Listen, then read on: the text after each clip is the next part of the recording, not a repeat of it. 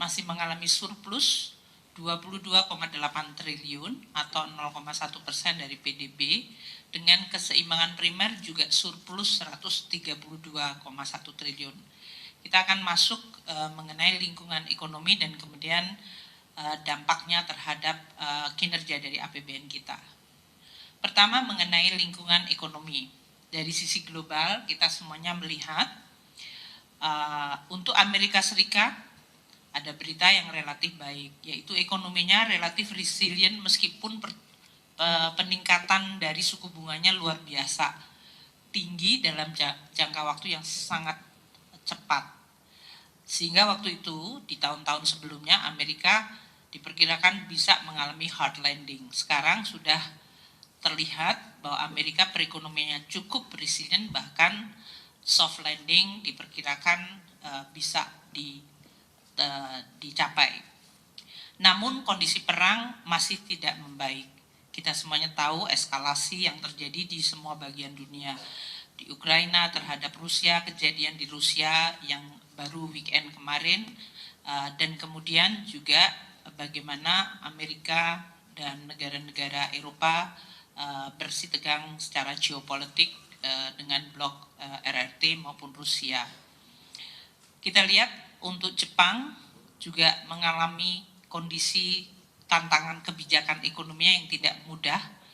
Bagaimana mereka bisa menghindarkan negative rates, dan kita juga lihat kondisi perekonomian RRT menjadi perhatian karena perlemahan yang terjadi dan terutama dari arus modal asing yang selama ini menjadi salah satu faktor untuk mendukung pertumbuhan ekonomi Cina mengalami pelemahan karena isu geopolitik. Jadi memang geopolitik sangat mempengaruhi.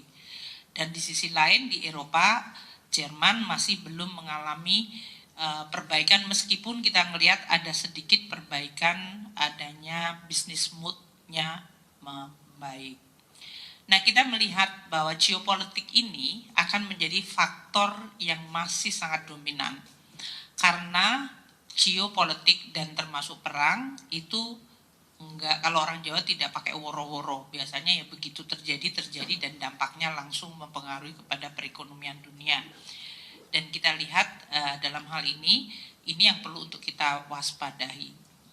Untuk pertumbuhan GDP seluruh tahun 2023 dari berbagai negara, kita lihat India masih menjadi salah satu yang performance dari pertumbuhan ekonominya termasuk terbaik di G20 dan emerging country secara umum. Filipina, kita, dan Cina, walaupun kalau untuk RRT karena kecenderungan melemah atau dalam bentuk stabil di level 5%.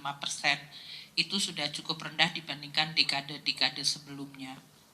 Sedangkan beberapa negara sekitar kita, Vietnam sekarang juga sedang mengalami kondisi adanya kasus korupsi yang kemudian juga akan mempengaruhi sentimen, dan negara-negara emerging lain yang pertumbuhannya relatif di bawah 4%, seperti di Asia, Malaysia, kemudian Thailand bahkan hanya 1,9%, Singapura 1,1%. Kemudian kita lihat untuk emerging di G20 dalam hal ini Meksiko 3,2, Brasil 2,9, dan South Africa yang bahkan mengalami negative growth 0,9%. Nah, kondisi inilah yang akan mempengaruhi outlook 2024. Dari sisi manufaktur activity, secara global ada perbaikan, namun perbaikannya sangat tipis di 50,3. Dan kalau kita lihat komponennya, 43,5% dari negara yang disurvei PMI manufakturnya masih dalam kondisi kontraktif. Sedangkan 8,7 sudah mulai pulih seperti Afrika Selatan dan Turki. Kalau kita lihat 43,5 itu Eropa, Jerman, Prancis, Italia, Inggris, Jepang. Di ASEAN kita lihat Thailand, Malaysia masih terkena, Kanada, Australia juga masih negatif PMI-nya. Sedangkan untuk yang positif atau ekspansif itu 47,8%. Indonesia sekali lagi masih tetap bertahan di level ekspansi ini. Kalau kita lihat yang merah itu 52,7, kita sudah relatif paling tinggi, dan dalam hal ini kita bertahan selalu di atas 50 dari periode 2022 sampai sekarang. Ini termasuk yang the longest PMI expansion untuk sebuah negara. Kalau kita lihat negara lain kan naik turunnya terlihat sekali. Nah, ini adalah sesuatu yang bagus karena di dalam level dunia harga komoditas mengalami pelemahan yang biasanya di atas kertas untuk Indonesia yang perekonomiannya juga sangat ditentukan oleh komoditas. Resiliensi dari PMI dan ekonomi kita itu berarti menunjukkan sesuatu ketahanan yang sangat baik. Komoditas untuk brand memang mengalami kenaikan year to date 10%, namun harga gas jatuh 34% year to date.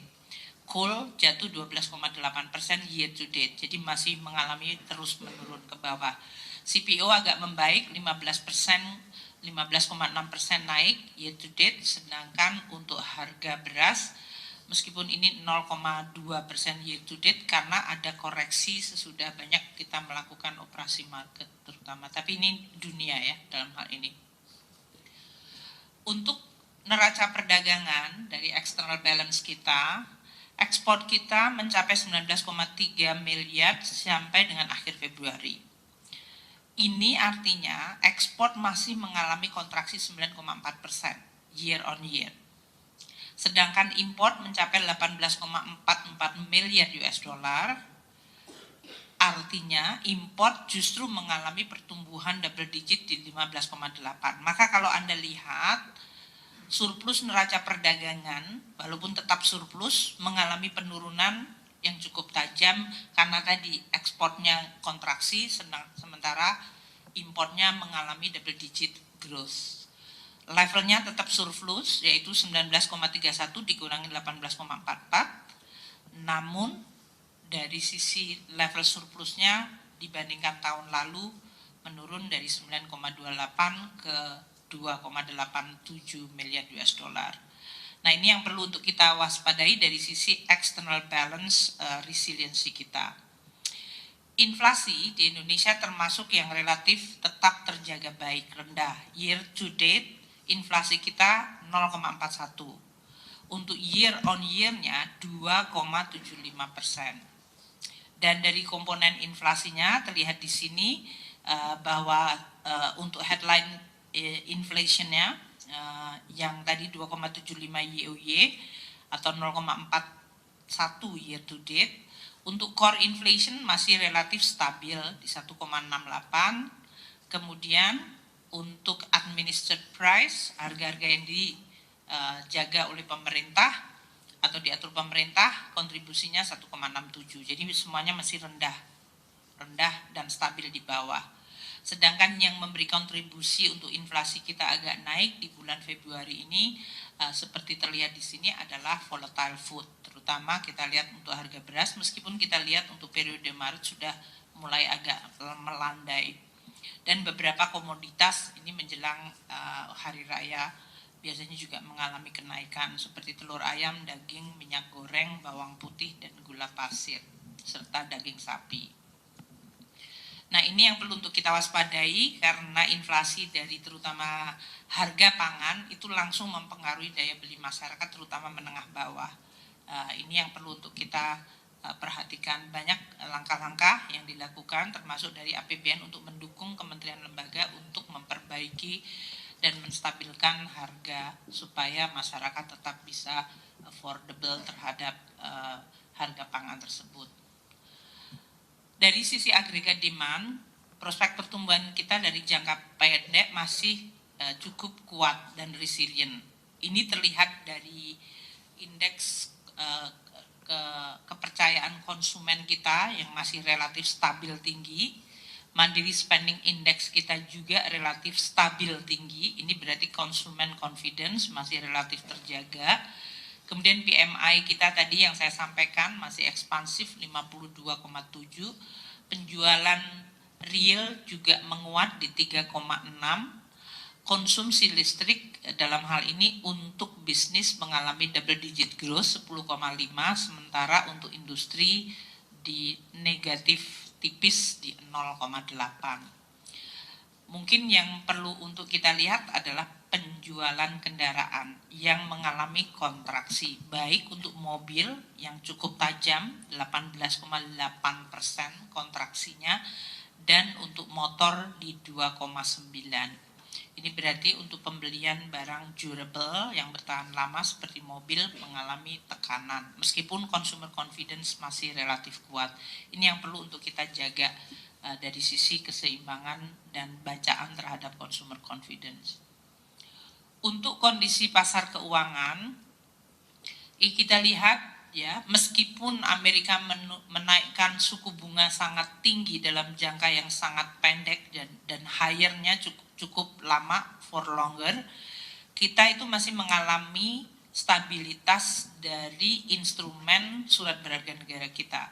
Kita lihat di sini ya, untuk US Treasury 10 tahun ya, mereka mengalami kenaikan yield, bahkan puncaknya di Oktober tahun lalu itu mencapai hampir mendekati 5%, sekarang di 4,26. Nah, Indonesia meskipun US Treasury mengalami lonjakan yang sangat tinggi tahun lalu dan tahun ini relatif tinggi, ini yang biru di kiri, Indonesia itu SBN-nya masih relatif terjaga baik, sehingga bahkan spreadnya menurun. Itu yang di kotak sebelah tengah, tapi paling kiri itu adalah spread dari US Treasury dengan Indonesia yang local currency, hanya 236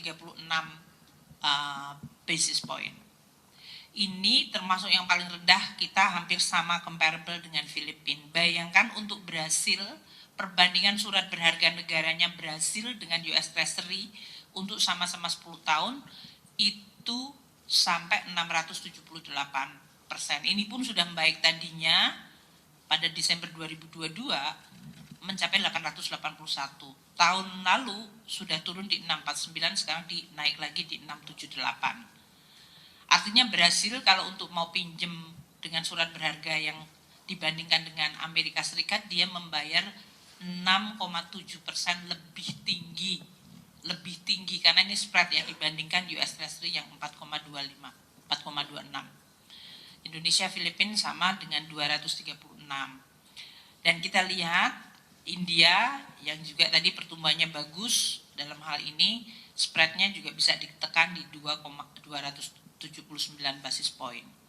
South Africa, even Meksiko dalam hal ini, tadi South Africa ekonomi yang kontraktif, Meksiko harus bayar hampir mendekati 500 basis point, 5% lebih tinggi dibandingkan surat berharga Amerika Serikat. Ini yang menggambarkan bahwa APBN kita yang kredibel dan cukup transparan dan bisa dipercaya membuat kita mampu menjaga competitiveness dari surat berharga negara kita dalam situasi gejolak surat seluruh dunia dari sisi penguatan dolar. Penguatan dolar juga terlihat dalam hal ini dengan interest rate yang tinggi tadi, dolar cenderung menguat dan mata uang banyak yang mengalami depresiasi seperti Indonesia 1,6% dibandingkan negara-negara seperti China dan Filipina itu comparable. Tapi banyak negara-negara emerging yang depresiasi mata uangnya juga mengalami cukup dalam, seperti Malaysia, kemudian Korea won bahkan 3,4%, Thailand baht itu bahkan mencapai 8,6%, dan untuk Turki udah punjul jauh banget, udah lewat. Sedangkan Indonesia masih relatif terjaga baik. Namun memang diakui dengan kenaikan suku bunga dari Amerika Serikat yang tinggi itu menyebabkan dolar mengalami penguatan relatif terhadap mata uang lain. Itu adalah situasi global dan nasional yang kita lihat dan mempengaruhi tentu kinerja dari APBN kita. Saya sekarang masuk ke dalam APBN 2024 sampai dengan 15 Maret. Belanja negara tadi telah saya sampaikan ya, mencapai 328,9 untuk belanja pemerintah pusat. Ya, belanja negaranya lebih tinggi tadi, berapa angkanya? Aku nggak lihat nanti. Yang paling depan nomor 1 tadi, halaman pertama. 470. Jadi mayoritas adalah di belanja pemerintah pusat. Nah, belanja KL tadi saya sampaikan Untuk belanja pemerintah pusat yang 328,7 ini adalah 13,3% dari pagu anggaran kementerian lembaga dan pemerintah pusat maksudnya. Dan ini tumbuh 17% dari tahun lalu. Untuk belanja KL 165,4 triliun, ini 15,2% dari pagu kementerian-kementerian dan lembaga. Ini terutama untuk penyaluran bansos, pelaksanaan pemilu yang memang front loading di depan. Untuk belanja non-KL 163,4 triliun, ini 11,9% dari pagu. Ini terutama pembayaran untuk subsidi energi dan pembayaran pensiun. Nah, kalau kita lihat, memang terlihat di 2024 untuk 2,5 bulan pertama sampai dengan 15 Maret, realisasi belanja kita lebih tinggi dibandingkan tahun lalu, yaitu tumbuhnya 17%. Tahun lalu pun sebenarnya sudah tinggi juga pada 2,5 bulan pertama, yaitu tumbuh 10%.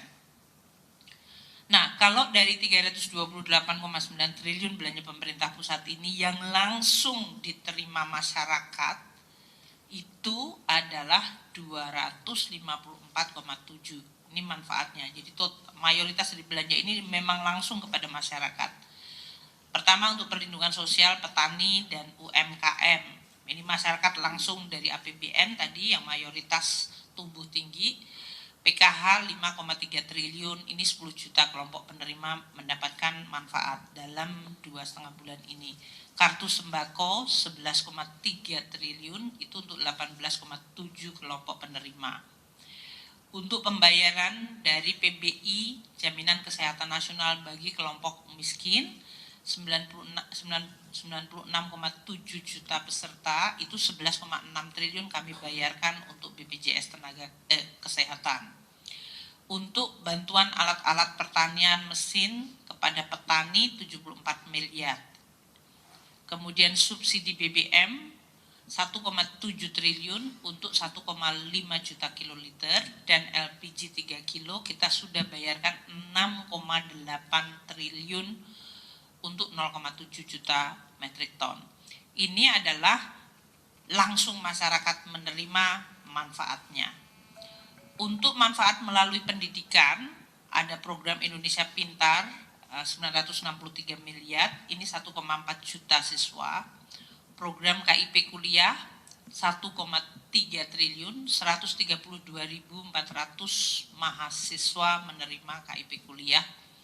BOS untuk sekolah-sekolah yang dikelola oleh Kementerian Agama, karena itu vertikal, 4,4 triliun untuk 4 juta siswa, dan biaya operasi untuk perguruan tinggi 765 untuk 197 perguruan tinggi negeri. Sedangkan belanja infrastruktur yang langsung dirasakan manfaatnya oleh masyarakat, yaitu dari mulai rehabilitasi infra, jalan, jembatan, rel kereta api, bandara, bendungan, jaringan irigasi, dan berbagai gedung di dalam rangka untuk pendidikan. Saya ingin menyampaikan realisasi anggaran perlindungan sosial, dan ini yang sering muncul terutama di media-media sosial, kayaknya menjadi pembahasan banget. Seperti kita sampaikan ya, waktu kita menyampaikan APBN 2024 ini, anggaran perlindungan sosial tahun ini mencapai 496,8 triliun. Perlinsos, bukan bansos ya, perlinsos, perlindungan sosial. Kemarin juga saya dengar bahwa Kementerian Sosial di DPR menyampaikan bahwa untuk Kementerian Sosial hanya bertanggung jawab 75,6 triliun. Itu memang untuk program kartu sembako yang bawah ya, PKH, asistensi, rehabilitasi sosial, terutama untuk lansia dan yang lain-lain.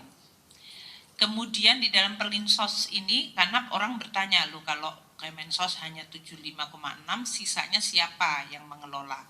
Satu, Kementerian Pendidikan dan Kebudayaan untuk berbagai program membantu siswa-siswa atau mahasiswa yang tidak mampu, itu PIP maupun KIP, itu 30 triliun sendiri.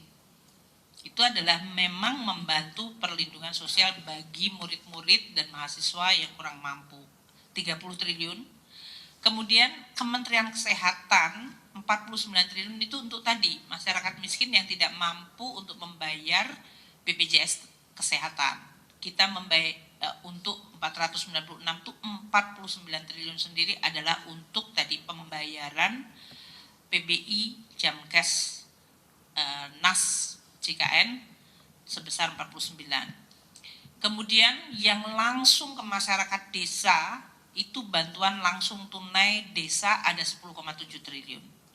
Nah sisanya yang 330 itu apa? Itu adalah perlindungan sosial, bantuan sosial kepada masyarakat dalam bentuk subsidi energi. Seperti subsidi BBM, entah diesel, maupun solar, maupun pertalite, kemudian LPG, dan subsidi listrik. Itu semuanya langsung dinikmati masyarakat. Memang tidak melalui kementerian lembaga, tapi kita membayar langsung kepada eksekutornya yaitu PLN atau Pertamina. Untuk subsidi non-energi seperti subsidi pupuk, PSO, yaitu kalau kita naik kendaraan umum yang tarifnya dalam hal ini tidak mencerminkan biaya, itu disubsidi. Dan juga untuk bunga KUR, ini adalah untuk usaha kecil, mikro, UMKM, koperasi, mereka mendapatkan kredit dengan suku bunga yang sangat rendah. Itu bunganya disubsidi oleh negara, itu termasuk perlindungan sosial. Dan juga untuk perumahan kelompok masyarakat berpendapatan rendah MBR.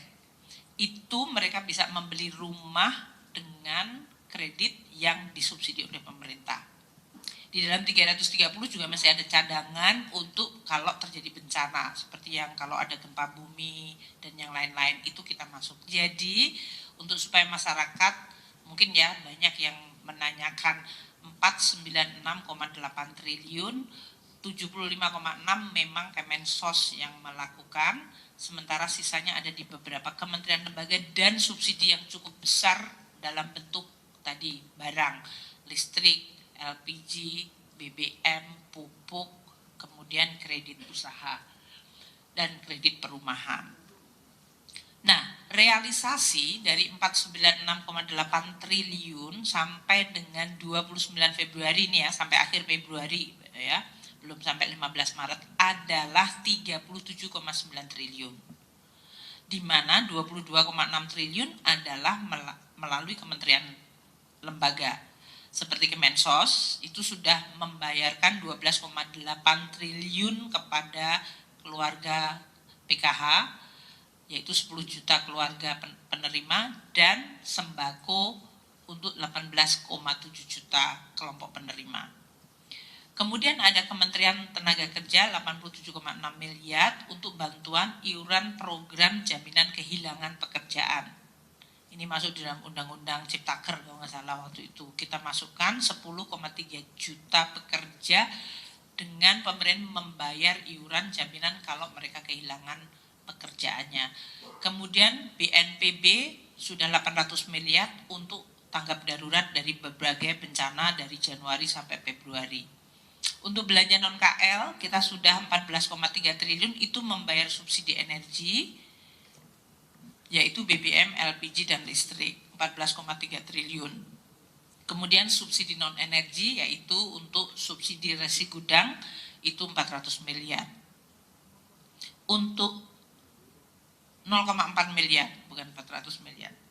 Sedangkan untuk transfer 0,9 triliun itu dalam bentuk bantuan langsung tunai di level desa. Dalam hal ini penerimanya adalah 903,9 ribu kelompok penerima. Ini tapi yang mengeksekusi adalah pemerintah daerah. Jadi ini untuk memberi gambaran mengenai bagaimana APBN yang sudah mencadangkan 496,8 triliun untuk perlindungan sosial, yaitu yang langsung melindungi masyarakat. Makanya realisasinya adalah sesuai dengan program masing-masing.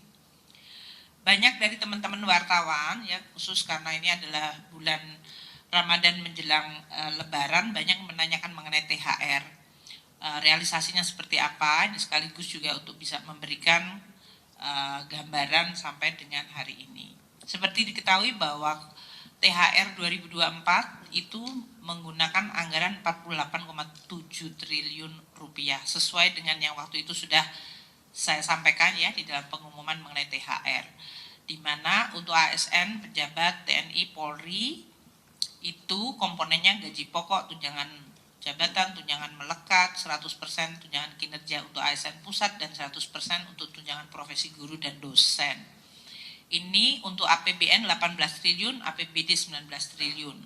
Sedangkan untuk pensiun itu anggarannya 11,7 triliun. Realisasinya sampai hari ini seperti apa? Sampai dengan 24 Maret untuk komponen THR itu sudah terrealisir 13,4 triliun. Terdiri dari 3,2 triliun untuk APBN. Ini artinya untuk TNI, Polri, ASN Pusat itu sudah 625.112 pegawai dari 4.722 satker yang sudah menyampaikan surat perintah membayarnya dan sudah kita proses sehingga sudah bisa dibayarkan THR-nya itu 3,2 triliun.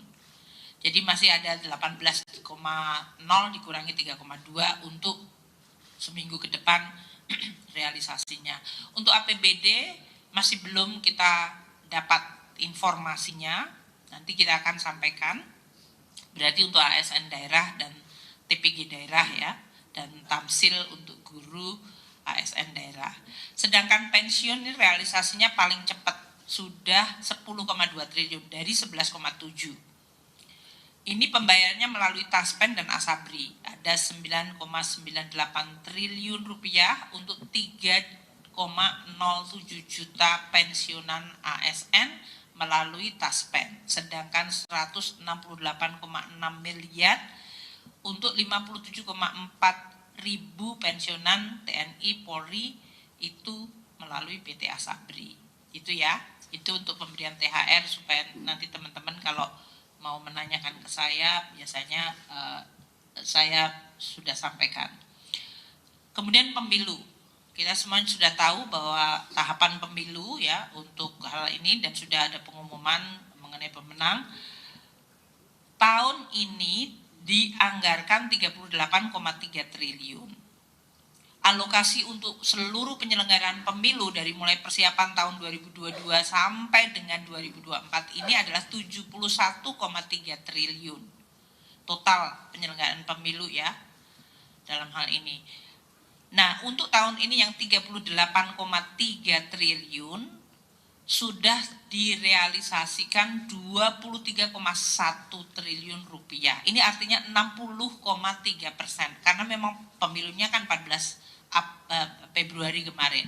Jadi memang belanjanya memuncak pada Januari Februari sampai dengan pemilihan suara. Oleh karena itu memang front loading terjadi 60,3% atau dari pagu 38,3 triliun rupiah. Ini untuk KPU Bawaslu sendiri 21,2 triliun sudah membelanjakan sampai dengan 29 Februari lalu.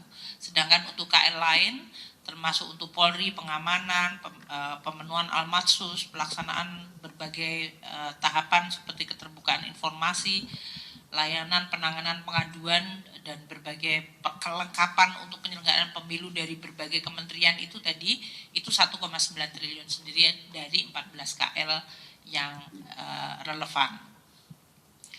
Kemudian yang sering juga ditanya oleh teman-teman wartawan adalah IKN. Seperti diketahui, tahun ini anggaran IKN di APBN adalah 39,3 triliun. Total belanja untuk IKN dari tahun 2022 sampai dengan 2024 di dalam APBN kita itu 71,8 triliun. Tahun 2024 ini 39,3 triliun. Itu lebih besar dari tahun lalu yang 27 triliun. Lebih besar dari tahun 2022 yang masih awal 5,5 triliun. Nah, dari 39,3 triliun tahun ini realisasinya adalah 2,3 triliun rupiah atau baru 5,8% dari pagu anggaran 39,3 triliun. Total IKN seluruhnya selama 3 tahun ini 71,8 triliun. Nah, siapa yang membelanjakan dalam hal ini? Pagu 36,4 triliun itu terutama untuk PUPR, pembangunan kawasan Istana Negara, Kemenko, dan berbagai gedung-gedung yang dibangun, pembangunan tower untuk ASN, untuk pertahanan keamanan, dan rumah tapak untuk pejabat menteri dalam hal ini, jalan tol IKN, jembatan IKN, bandara VVIP, penataan dan penyempurnaan kawasan bendungan Sepaku untuk air minum dan embung KIPP dan pengendalian banjir, serta rehabilitasi hutan dan lahan di sekitar IKN. 1,9 triliun adalah klaster untuk non-infrastruktur. Ini berbagai macam anggaran untuk perencanaan, koordinasi, laporan, kegiatan pemetaan dan pemantauan, evaluasi, dukungan pengamanan, dan operasional dari otoritas IKN yang sudah dibentuk. Sekarang saya akan masuk ke transfer ke daerah. Seperti diketahui bahwa transfer ke daerah itu hampir sepertiga dari belanja pemerintah pusat. Melalui APBD kita membantu pemerintah daerah dalam menjalankan tugas fungsinya. Tahun 2024 ini sudah dilakukan realisasi transfer ke APBD sebesar 141,4 triliun rupiah. Ini artinya naik sangat tinggi, yaitu 20,5% dibandingkan tahun sebelumnya. Apa saja yang meningkat? DAU, kita sudah transfer 83,9 triliun dibandingkan tahun lalu yang 77,9. Ini artinya naik 7,7%. DAK non fisik itu naik ke 30 triliun dari tahun sebelumnya yang 14,6.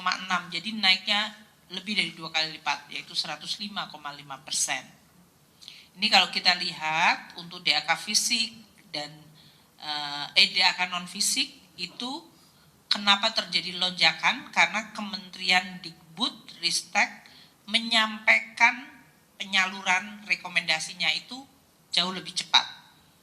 Ini menyebabkan kita kemudian bisa menyalurkan secara lebih cepat. Untuk dana BOS, Puskesmas, dan yang lain, dana BOS pendidikan, salurnya sudah terpenuhi sehingga kita bisa melakukan penyampaian kepada sekolah-sekolah, sehingga DAK non fisik ini adalah tujuannya untuk sekolah-sekolah maupun untuk puskesmas dan posyandu ini yang untuk kesehatan maupun pendidikan. Itu bagus berarti untuk melayani masyarakat. Kemudian dana bagi hasil juga melonjak 16,2 triliun dibandingkan tahun lalu yang 14,8, itu naik 9,5%. Ini dana bagi hasil lebih tinggi karena memang tahun lalu waktu kita lihat harga minerba tinggi, ya kita memang harus membayarkan untuk dana bagi hasil dari tahun sebelumnya dan kemudian harus dibayarkan pada tahun sekarang. Untuk dana desa 11,1 triliun naik dari 9,8, jadi naik 13,3%. Itu juga karena desa-desa di dalam menyelesaikan APB desa, APBD, DES, itu jauh lebih tinggi kepatuhannya sehingga kita juga bisa merealisir lebih cepat. Untuk insentif fiskal sudah 70 miliar, itu juga meningkat dari tahun sebelumnya. Ini karena untuk 3 daerah yang menyampaikan syarat salurnya, sehingga harus kita lakukan.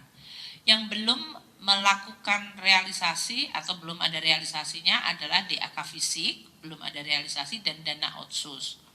Untuk DAK fisik dan dana otsus ini menunggu sampai syarat salurnya yang akan disampaikan oleh pemerintah daerah untuk bisa kita transfer. Jadi memang kita tidak asal mentransfer otomatis per bulan, tapi berdasarkan persyaratan yang harus dipenuhi pemerintah daerah. Sekarang saya masuk kepada below the line yang disebut pembiayaan investasi. Tahun 2024 ini ada 176,2 triliun apa yang disebut pembiayaan investasi. Mayoritas untuk mendukung pembangunan infrastruktur, terutama untuk beberapa BUMN, Hutama Karya, Wijaya Karya, SMF, LAN, dan AFG. Kemudian untuk dana pendidikan, klaster pendidikan itu 25 triliun, dan untuk klaster lingkungan hidup 1,2 triliun, serta klaster untuk kerjasama internasional. Yang kerjasama internasional ini tanggal 15 Maret telah dicairkan alokasi, terutama untuk Islamic Development Bank dengan kita menjadi shareholder yang ketiga, AIDA untuk World Bank, dan IFAD untuk membantu International Fund for Agriculture Development. Ini yang realisasi yang sudah terjadi baru 1,87 triliun rupiah. Sekarang saya mulai masuk ke penerimaan negara. Penerimaan pajak sampai dengan 15 Maret mencapai 342,88 triliun rupiah. Ini artinya 17,24% dari target.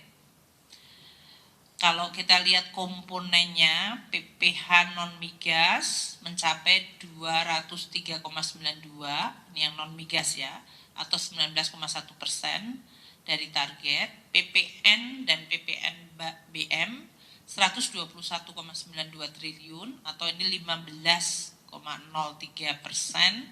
dari target. PBB dan pajak lainnya 2,56 triliun atau 6,79 dari target, dan PPH migas 14,48 triliun atau 18,95% dari target. Penerimaan pajak kita agak mengalami tekanan karena harga komoditas yang menurun mulai dari tahun lalu.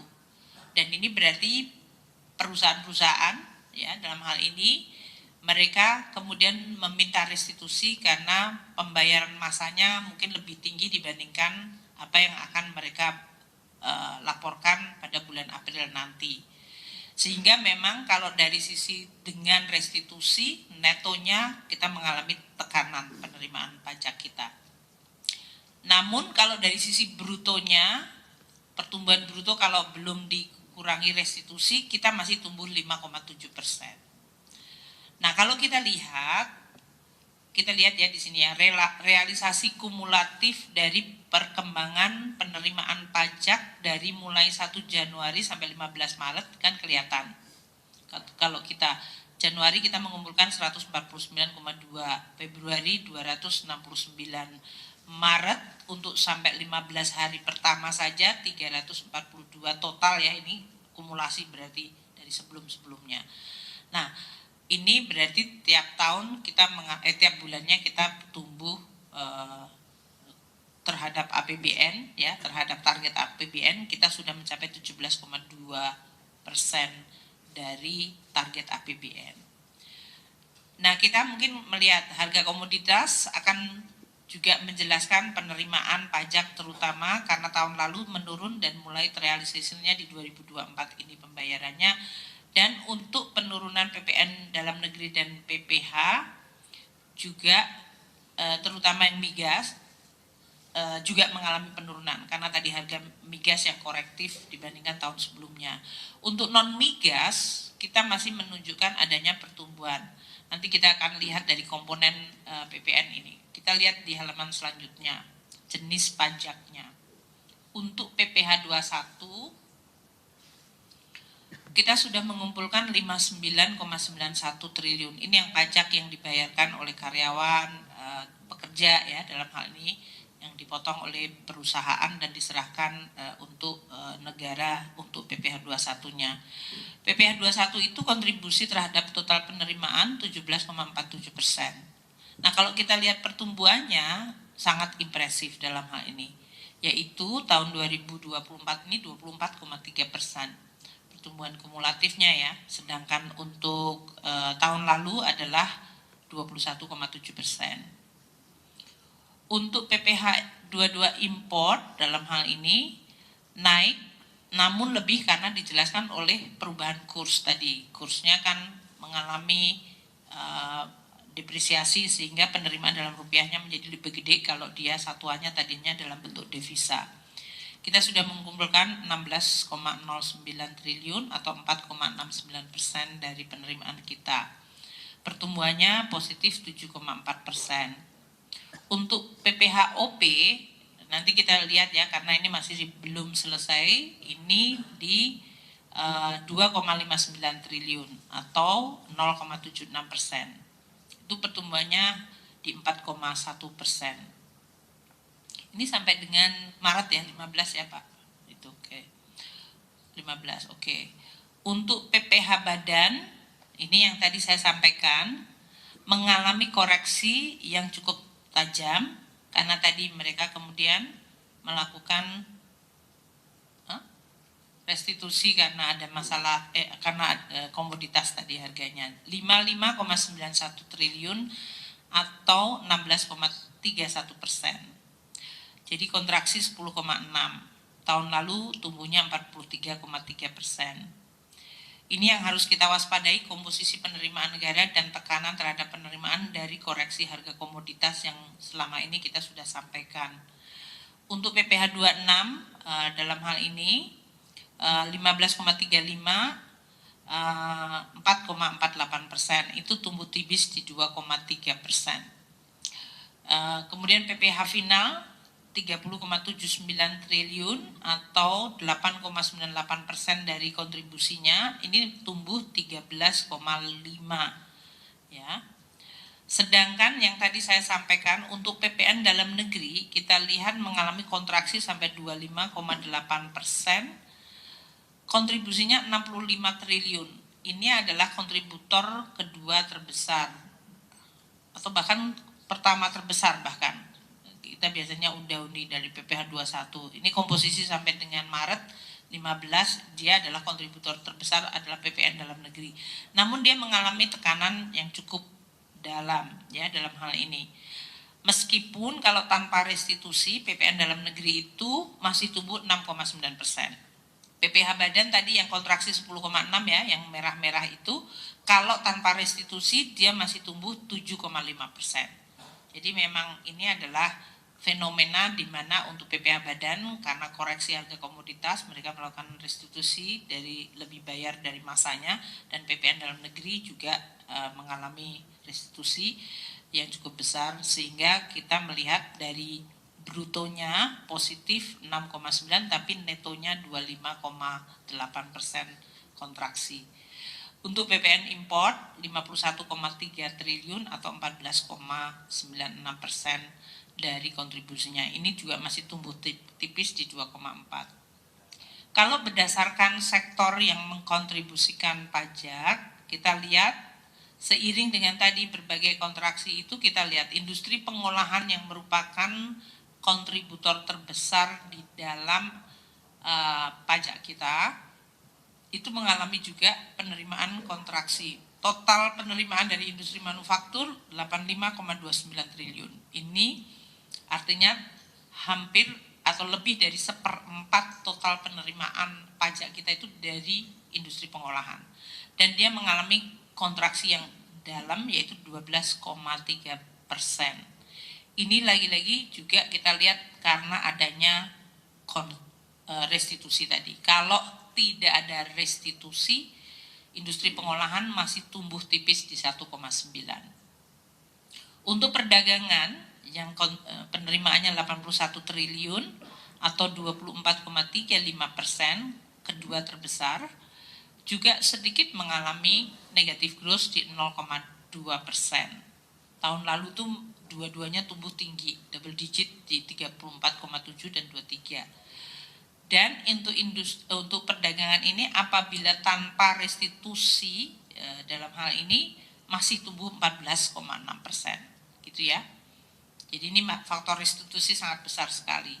Jasa keuangan yang cukup sehat, kontribusinya 49,67 triliun atau 14,96%, itu tumbuh masih 14,3% dari tahun sebelumnya. Pertambangan mengalami kontraksi sangat dalam, ini juga karena restitusi, kontribusinya 19,4 triliun atau 5,83% dari total penerimaan kita dari pertambangan, dengan pertumbuhan negatif. Kalau tanpa restitusi pertambangan negatifnya hanya 4,1, gitu ya. Sedangkan untuk konstruksi masih bagus, tumbuh 7,4%. Kontribusi penerimaan adalah 17,73 triliun atau 5,33% dari total penerimaan kita. Transportasi juga masih tumbuh 4,5% dengan kontribusi 16,07 triliun dan total kontribusinya 4,83% dari total penerimaan. Jasa perusahaan 14 triliun atau tumbuh 9,5%, kontribusinya 4,22% dari total. Dan kemudian informasi dan komunikasi yang cukup booming yaitu tumbuh 21,8%, penerimaannya 12,08 triliun atau 3,63% dari total penerimaan. Ini komposisi dan kita lihat dinamika perekonomian kita terlihat untuk pertambangan, manufaktur, dia tekanannya cukup besar karena harga komoditas dan kemudian menimbulkan berbagai restitusi yang harus dibayarkan kembali dan itu mempengaruhi kinerja dari penerimaan dari sektor tersebut. Sedangkan yang di luar sektor itu seperti konstruksi, jasa keuangan, transport, komunikasi itu masih relatif sehat. Ini yang mungkin kita lihat rekomposisi dari kegiatan ekonomi kita. Untuk bea dan cukai, bea masuk kita mencapai 9,9 triliun atau 17,3% dari total target tahun ini. Dan ini tumbuh tipis 0,2%. Terutama kalau bea masuk itu berarti kan import. Tadi kan importnya masih cukup tinggi kalau kita lihat growth-nya tadi double digit 18%. Nilai import kita naik 4,4% year on year. Sampai dengan Maret itu mencapai 46,7 billion US dollar. Kemudian kurs mengalami depresiasi sehingga ini menyebabkan bea masuk yang dibayar dalam rupiah menjadi naik dan penerimaan bea masuk terutama dari import beras dan bangunan prapabrikasi. Sedangkan untuk bea keluar yang kita kumpulkan 3,3 triliun ini sudah 19% dari target penerimaan. Kalau kita lihat ya hampir relatif sama di 0,5. Bea keluar kita itu mengalami penurunan kalau dibandingkan tahun lalu ya. Dan kita lihat penerimaan bea keluar yang 3,3 triliun terutama berasal dari tembaga karena kebijaksanaan relaksasi dari ekspor tembaga. Kan kita masih membolehkan seperti Freeport aman asal mereka membayar bea keluar tergantung dari smelter progresnya. Kemudian bea keluar dari sawit yang rata-rata CPO-nya mengalami harga penurunan 13,9 year on year. Nanti kita lihat kali year to date CPO kita sudah mulai membaik, tapi year on year harga CPO-nya masih turun. Makanya kalau dibanding tahun lalu penerimaan bea keluar sawit turun. Volume ekspor kita juga mengalami penurunan untuk CPO 15,8. Jadi kita mungkin juga perlu hati-hati terhadap perkembangan perekonomian global yang melemah tadi. Untuk cukai kita sudah mengumpulkan 43,3 triliun atau 17,6% dari total penerimaan. Di mana kita lihat penerimaan cukai terutama dari hasil tembakau dan mencapai 43,3 triliun. Dari CHT ini 41,7 triliun itu artinya dibanding tahun lalu tuh turun 6,5%. Sedangkan untuk cukai MMEA dan etil alkohol 1,5 triliun dan 28 miliar. Dengan dalam hal ini masih relatif tipis pertumbuhannya. Untuk PNBP, kinerja dari PNBP kita masih tetap terjaga sampai 15 Maret terkumpul 93,5 triliun atau 19% dari APBN. Kalau kita lihat 93,5 ini sebetulnya mengalami penurunan 12,3% dari penerimaan PNBP tahun lalu. Karena tahun lalu mencapai 106,6 triliun. Jadi ini sudah mulai terlihat terutama untuk komoditas SDA. Dan kita lihat ini untuk SDA migas ya, kontraksinya sampai 20,1%. Karena migas itu selain harga ICP-nya turun, liftingnya juga turun, sehingga memang penerimaan kita kemudian mengalami penurunan 20% menjadi hanya 17,8 triliun. Tahun lalu itu 22,3 triliun. Untuk SDA non migas, ya SDA non migas ini juga mengalami penurunan karena harga batu bara dan volume produksi batu bara juga menurun. Kita lihat penurunannya cukup tajam, 38,7%, yaitu hanya 22,4, tahun lalu itu 36,6 triliun rupiah. 22,4 triliun itu 23% dari target APBN. Untuk kekayaan negara yang dipisahkan yaitu BUMN, kita mendapatkan dividen yang disetor cukup awal, yaitu dividen terutama dari BRI yang menyetorkan dividen interim sebesar dalam hal ini 6,8 triliun. Ini naik tajam dibandingkan tahun lalu yang hanya 4,6 triliun. Jadi kenaikannya 47% sendiri. Untuk PNBP lainnya 33,4 triliun atau dalam hal ini sudah 29% dari target. Itu terutama kalau kita lihat levelnya 33,4 itu masih kontraksi dibandingkan tahun lalu yang 34,5. Tapi kita lihat dari sisi PNBP KL yang tumbuh 14,9%, terutama karena dari jasa tenaga pekerjaan dan informasi serta kompensasi wilayah izin usaha pertambangan yang kita dapatkan realisasinya untuk KL. Untuk BLU terutama ini pendidikan dan kesehatan ya yang dominan, itu naik penerimaannya 51% atau 13,1 triliun. Ini naik tajam dari tahun lalu yang 8,7, terutama untuk jasa rumah sakit dan jasa pendidikan. Ini dua-duanya memberikan kontribusi yang sangat besar. Ini berarti efek dari pandemi dan yang lain-lain sudah mulai hilang. Sekarang saya akan membahas yang terakhir mengenai postur APBN, yaitu pembiayaan. Sampai dengan 15 Maret untuk pembiayaan utang terrealisir 72 triliun. Penerbitan SBN itu kita 70,2 triliun. Ini artinya untuk pembiayaan utang itu 11,1% dari APBN. Untuk SBN itu 70,2 itu 10,5% dari APBN. Angka ini kalau dibandingkan tahun lalu pada 15 Maret, maka pembiayaan utang kita turun tajam.